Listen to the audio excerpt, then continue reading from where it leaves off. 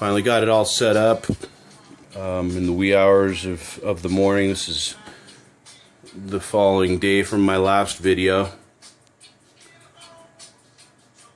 I'm really impressed by these things. I'm not affiliated with Gorilla in any way. I was actually going to pull the trigger on another brand, but after reading about them and seeing some reviews and what have you, I decided it was going to be worth the extra money, and I'm really glad I did. They're heavy duty and easier to set up than other tents, in my opinion. I haven't set up a ton of them, but from my other tent experiences, these guys have kind of taken all the quirks out of other designs and really refined them. One of the first things that makes them so much easier is just the push button connections. I know that one's not seated, I'll fix it.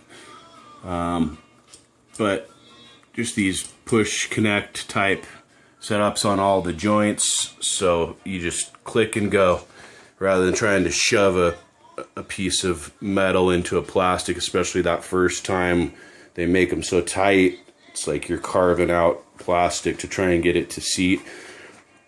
So the frame part's really quite easy. The challenge I had in trying to do this by myself, it would be easier with two people and in a bigger room. I am confined to a bedroom type situation since this is just a hobby grow for me, not commercial like some of our others. If you were in a warehouse or a bigger room, you can lay the whole shell out and build the frame starting with the floor and go up from there.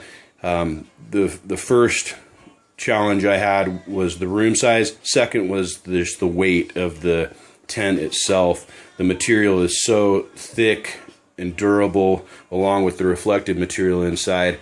I mean, this thing came packaged in two boxes, one for the poles and one for the shell, and they were both incredibly heavy, which speaks to the strength of not only shell but the poles as well. The poles are so much thicker and more heavy duty than other tent poles I've seen, that I just knew that this was going to be a stronger tent and, you know, help you sleep better at night.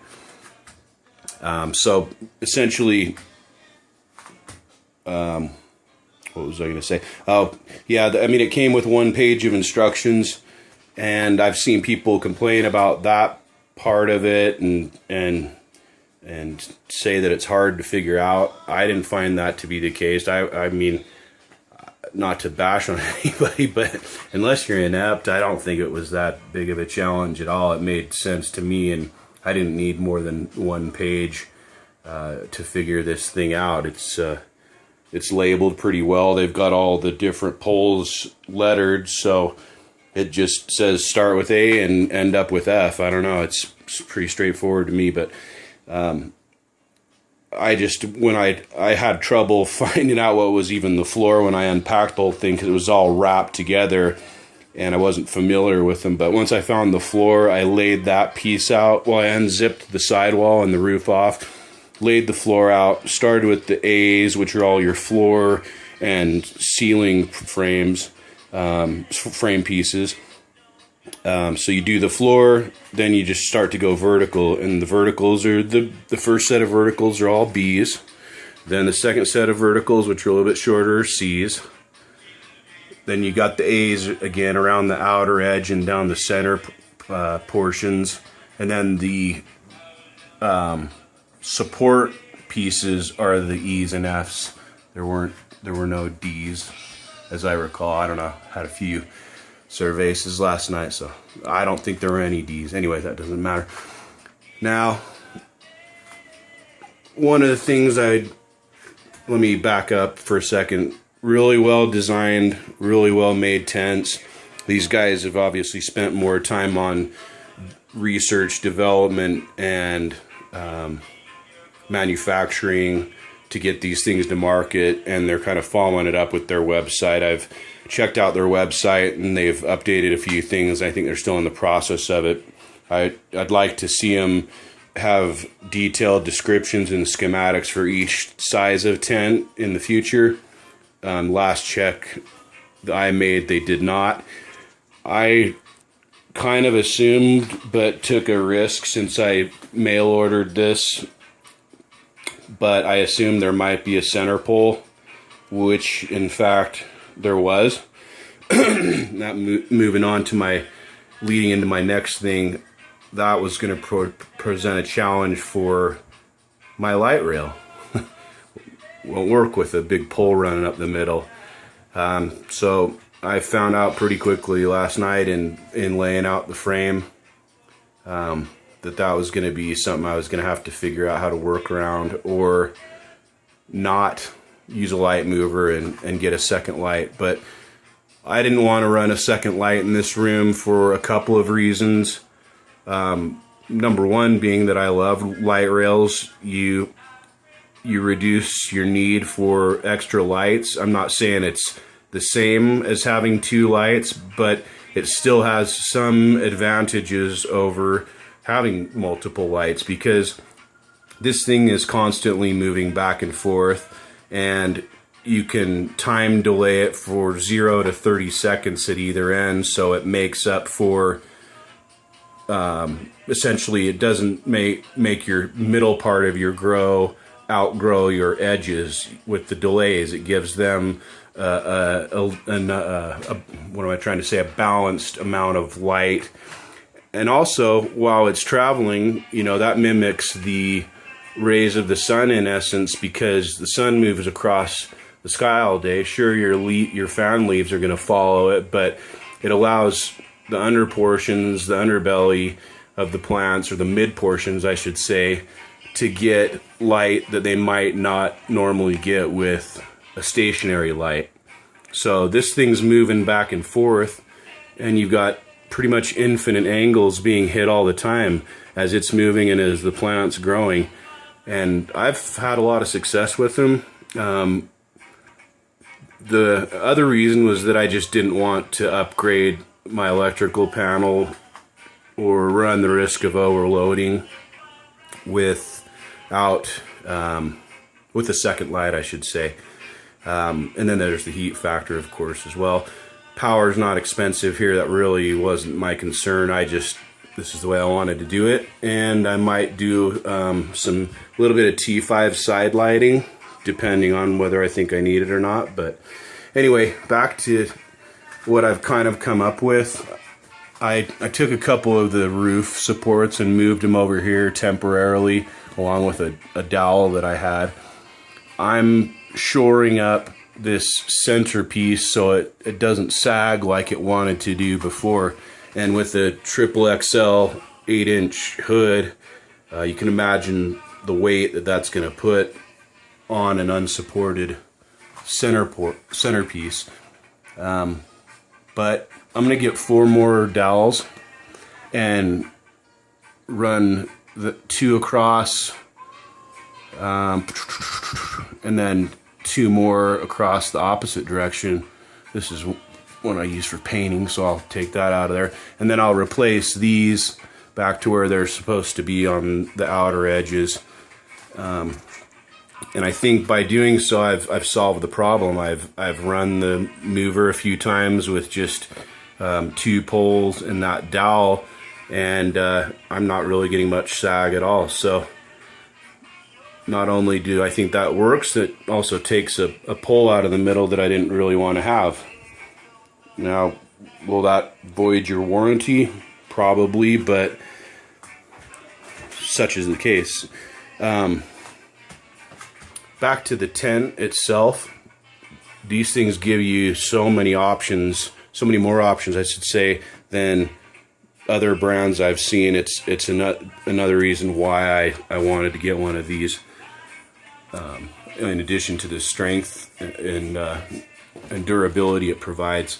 So you got the front door, and then it's got 2 back doors. Unfortunately, I won't be able to utilize these because there's a wall behind those, but if you're in a bigger room or a warehouse and your canopy gets blown out, or you're trying to maximize your plant sites so everything's right up to the edge, you can access your plants from the front and the back. And with this size 8 foot footprint, you could, in essence, lean over from either side to access your individual plants. I'm not going to need to do that. I'm going to work with more like a 6x7 footprint and try and leave myself a little walking edge around the right and left sides. But these tents have 4 intake air ports, which I'll show you the mesh on that. Sorry, 1, 2, 3, 4, 5, 6. I'm sorry, 6 intake air ports. If you're running a non-sealed setup, I'll show you the mesh on those in a second. A lot finer mesh than the intakes I've seen on others. And then if you're running a CO2 sealed environment, they close up really nicely and are not going to allow any air to get in or bugs with that fine mesh. This footprint has, it also has a little tool pouch, which is pretty cool. This one has 1, 2, 8 electrical in ports and 12 duct ports.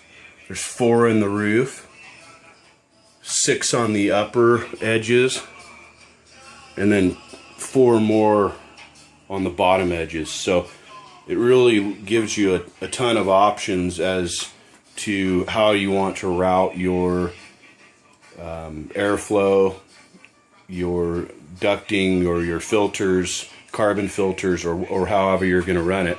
Or if you're going to seal it off, or if you're only using one inlet, let's say one inlet and one outlet, you close the other ones off. And every port, including the electrical ports, has 2 cinch seals on it with reflective material in their own right.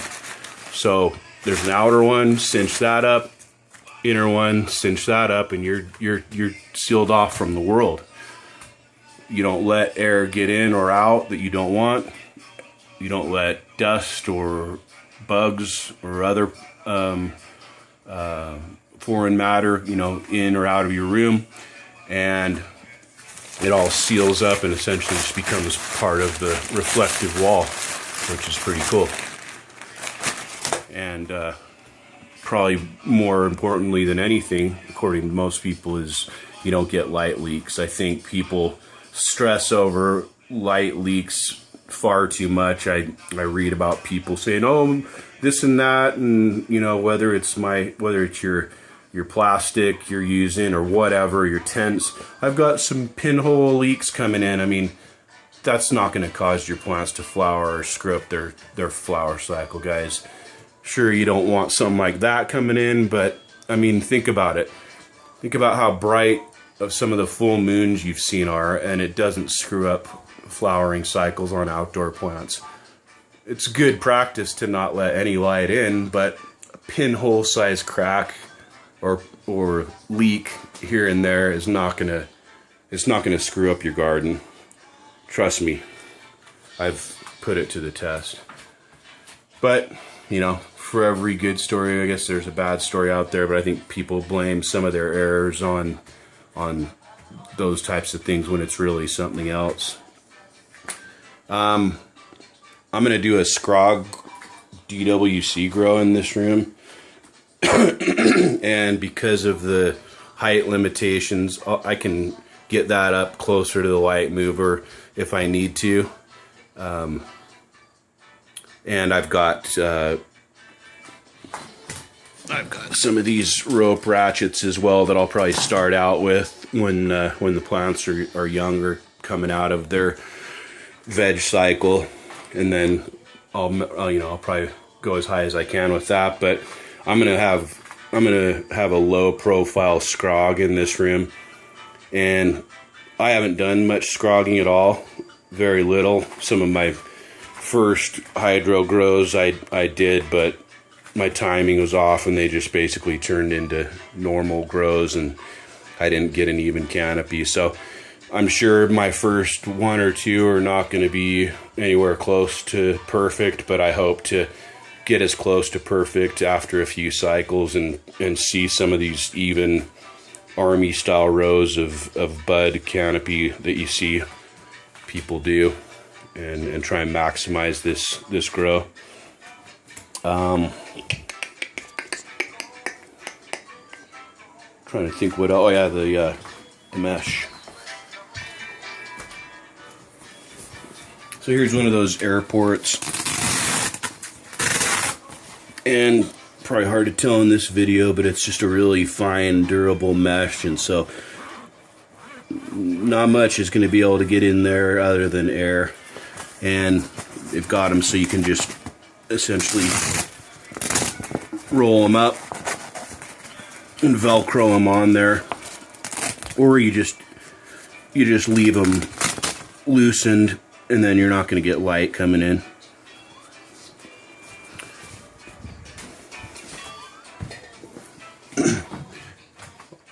They've also overkilled, which in this case is a good thing, the number of, you know, flaps that they put. Everything has an inside flap with reflective material and then an outside flap. So if you do accidentally leave a zipper partially opened or something along those lines, you're going to have a backup measure, fail safe with that double layer.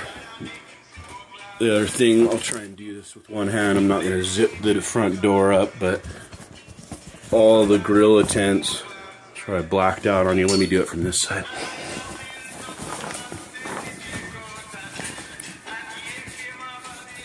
This is not going to be totally easy to do with limitation of two hands, one with the camera.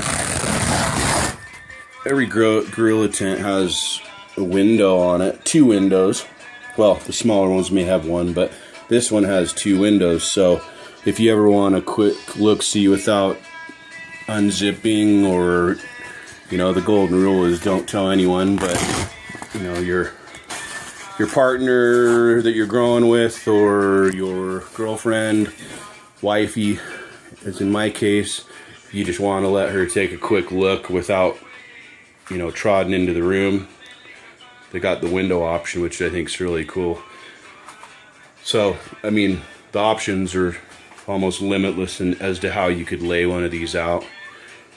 But I've been jibber-jabbering enough, just trying to shoot some vids in the process.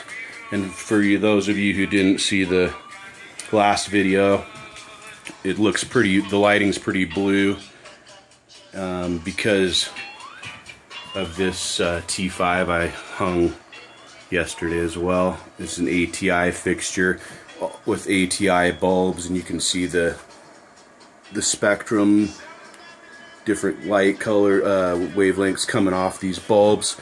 These are excuse me, these range from aqua blue, which is a full spectrum bulb, up to actinic, which is a range of bulbs. It's actually showing up better on my phone screen than with the naked eye, to try and cover the whole range. And I didn't buy this fixture for growing purposes. I was actually gonna put it over a reef tank that I built, but I was never able to get that set up just because moving a couple times and just other things going on in life. Growing corals is a time-consuming experience, and I'll probably put that on hold until I'm in my house that I'm going to end up living in for the rest of my life, which this is not the place. Anyway, get sidetracked. So the aqua blues are the ones that are the widest. They're still pretty heavy in blue, but they'd pick up some red as well. Then the aqua blue special, sorry, the aqua blue special is the white one. The blue plus is the bluer one. That's up in the 10,000 K range, maybe even more. It might even be 12 or 14. And I got another aqua blue special. The purple one is the actinic, which is a 420 nm range. Most of its rays are not visible to the naked eye. Next to that's the purple plus, which is I want to say purple plus actually has a lot of red in it. and then I reverse out the same order as I came in: aqua blue, blue plus, aqua blue. So this just turned into a 20-minute video that I meant to be 5 or 10. So till next time.